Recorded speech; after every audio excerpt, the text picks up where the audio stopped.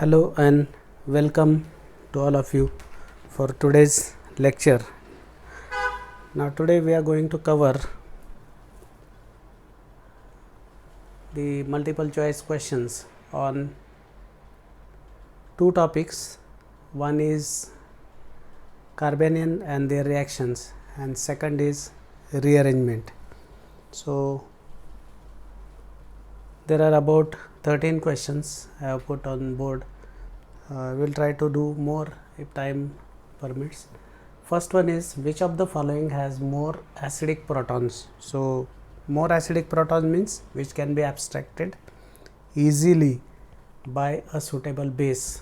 Now the protons,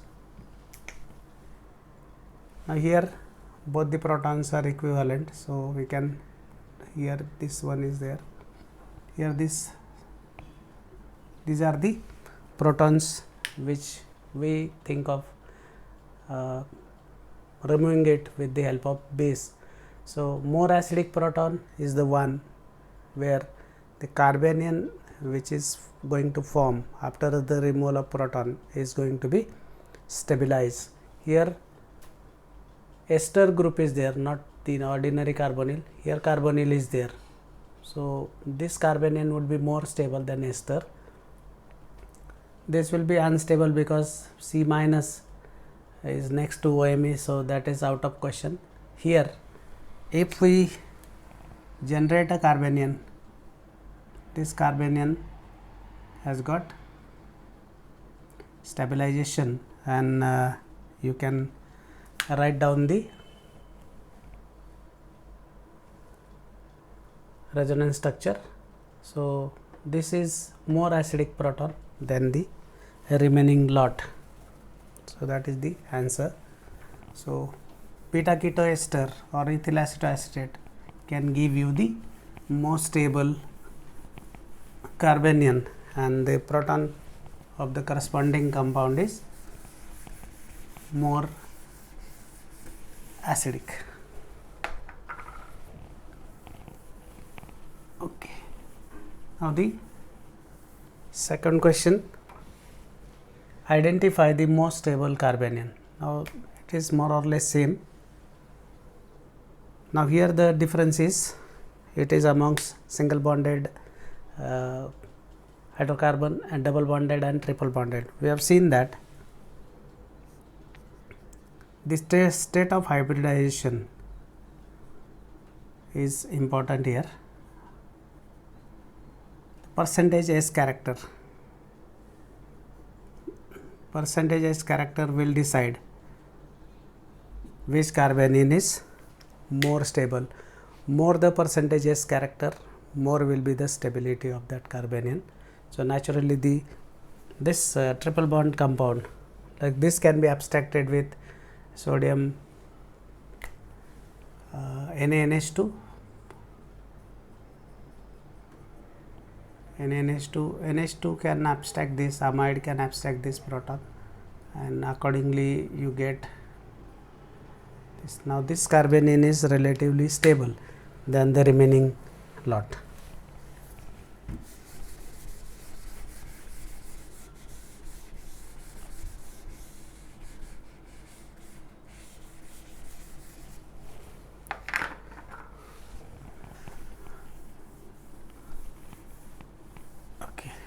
Moving on to the third question. Third question is, how many products of aldol condensation will form when benzaldehyde and propanaldehyde contains in presence of NaOH, of course dilute NaOH.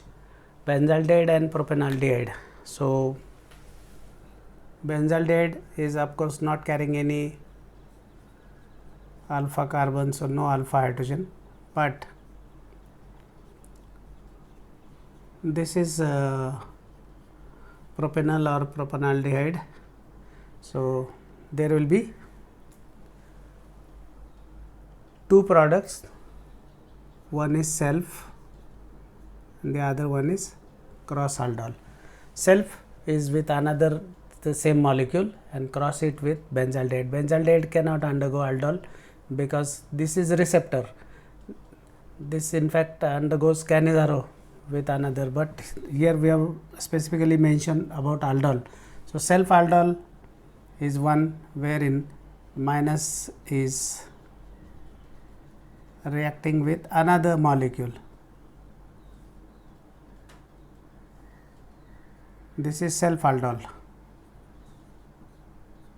and when this carbanion interacts with benzaldehyde, it is crossed aldol. So there will be two products, one is self, second is cross aldol condensation. So the correct option is number 2 B, where number 2 is written.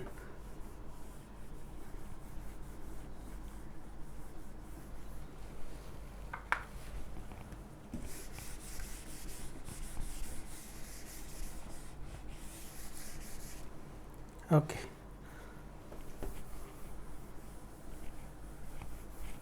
Now coming to the fourth question, which of the following will undergo decarboxylation readily? Now decarboxylation is generally carried out with heat. So heating of which compound will give which will lose carbon dioxide? Now this will not lose because acetic acid is stable. So if you heat it, it will boil, it will evaporate, but it will not lose carbon dioxide. This one is beta keto acid. So this can readily lose carbon dioxide. This will not, because this is two intervening methylenes are there, and all of this is of course wrong.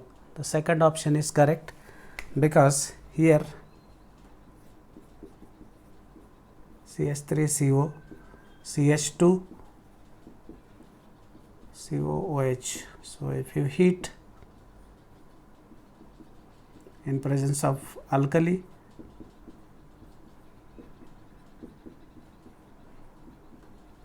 this will lose carbon dioxide, and that is the correct answer.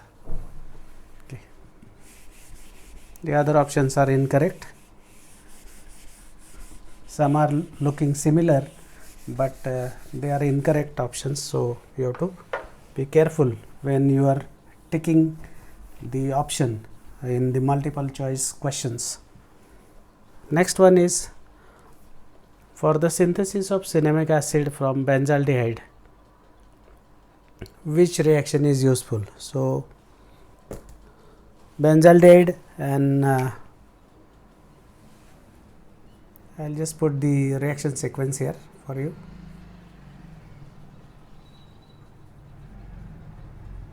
Heat around 180 degrees Celsius, you get this compound. This is cinnamic acid. This is your well known Perkin reaction.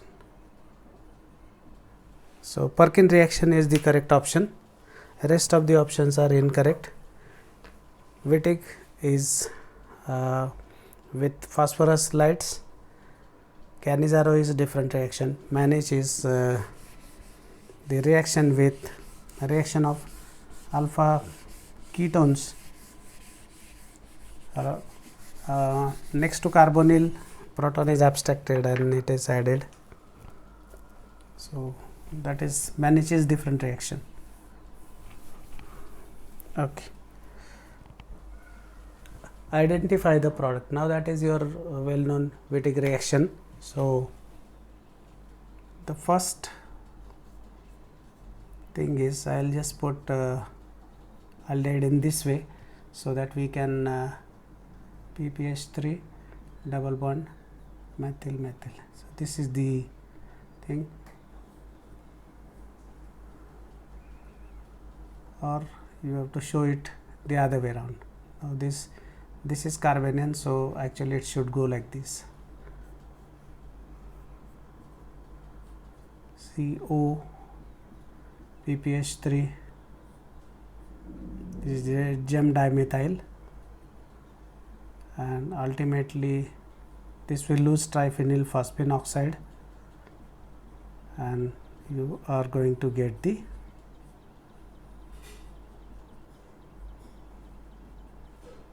no cis trans because you are working with an olefin with same substituent.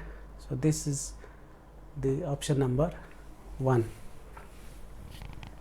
where methyls are attached to the same carbon, and double bond because this is conventional Wittig reaction. Cis isomer will be there, but now here since identical groups are there, we can't say cis and trans in this case. Okay. Seventh one, arrange the following carbocation in increasing order of stability. So many things are given, but I will just tell you how the order of stability is determined. The resonance stabilization will have upper hand than the inductive. So, in these two cases, inductive stabilization is there. These methyls as well as this methyl can exert plus I effect, and thereby they can help in stabilizing the positive charge. Among these two, this has got more resonance stabilization than the first one. So, second should be first, then this, then the secondary, and then the primary. So, second, first, third and fourth. So, the first option is correct. So, resonance stabilization will have the upper hand. Eighth question is, this alpha haloketone or 2-chlorocyclohexanone on treatment with sodium methoxide forms which compound? This is your Favorsky rearrangement. So,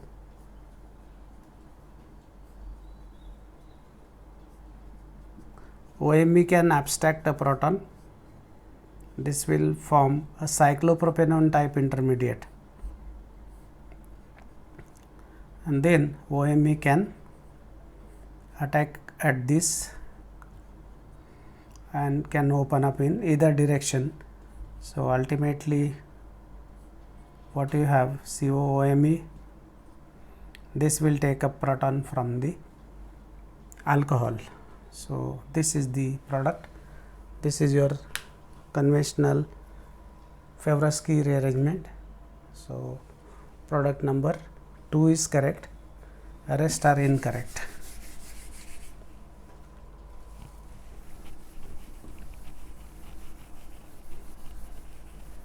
Okay.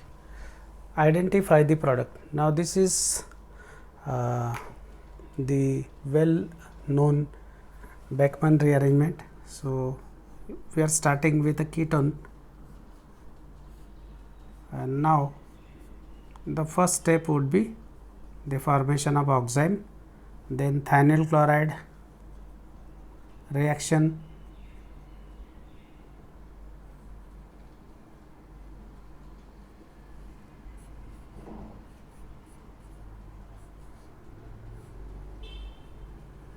and Cl I will put with the SNI reaction. Then this group has got the more migrating aptitude than the aliphatic side. So, naturally you will have N double bond C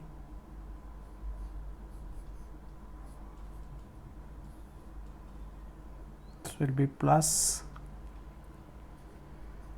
be attacked by water,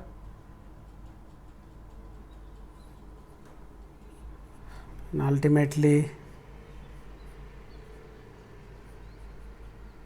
this will become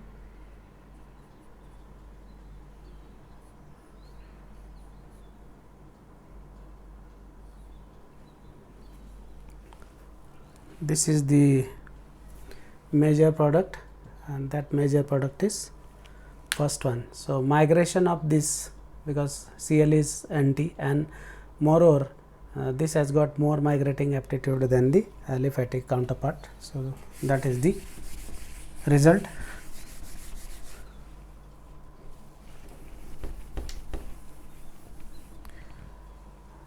In Curtius rearrangement, which intermediate is formed?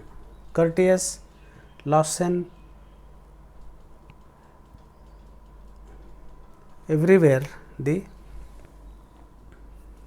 isocyanate intermediate is formed.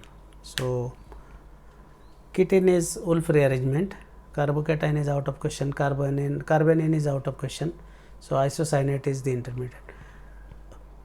Hofmann, Lawson, Curtius and Schmid, all these reactions they have isocyanate as an intermediate. Moving on to 11th question. This vicinal glycol is treated with mineral acid, you get the formation of ketone, which is an example of which reaction. So vicinal glycol to carbonyl compound, that is your well known pinacol pinacolone rearrangement reaction. I will just quickly tell you the reaction mechanism for the same. I will just put OH2 here.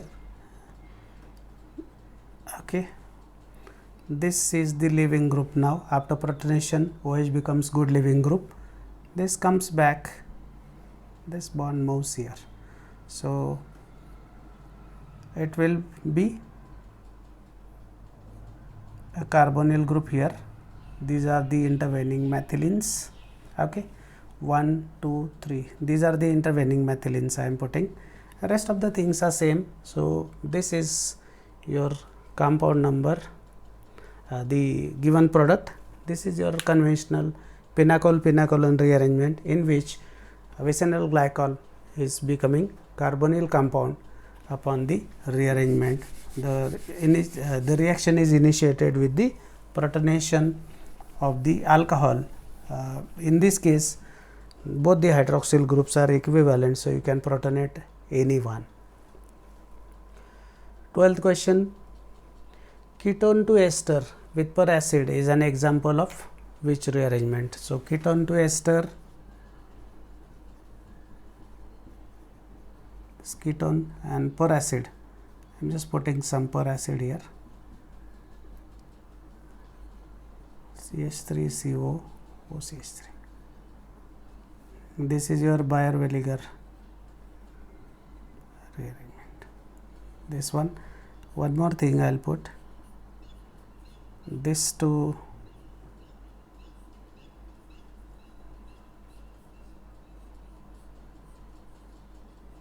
lactone.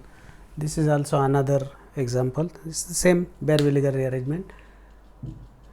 A cyclic gives ester, cyclics give lactone. That is the advantage, or that is the utility of your Baeyer-Williger reaction. That is the synthetic application of the same. Then the last one, this is a diene which rearranges to another diene. Okay, I will just put the diene here.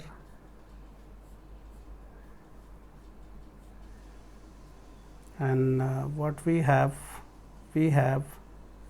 another diene here. Okay,